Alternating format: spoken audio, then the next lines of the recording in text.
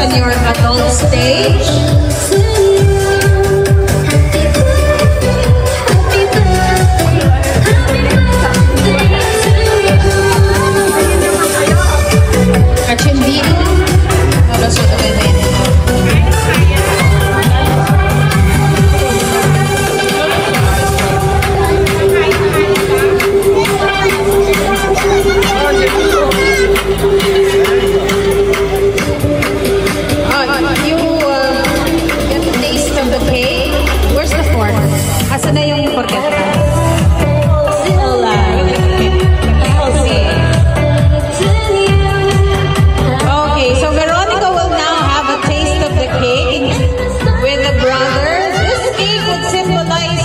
Blessings for Veronica.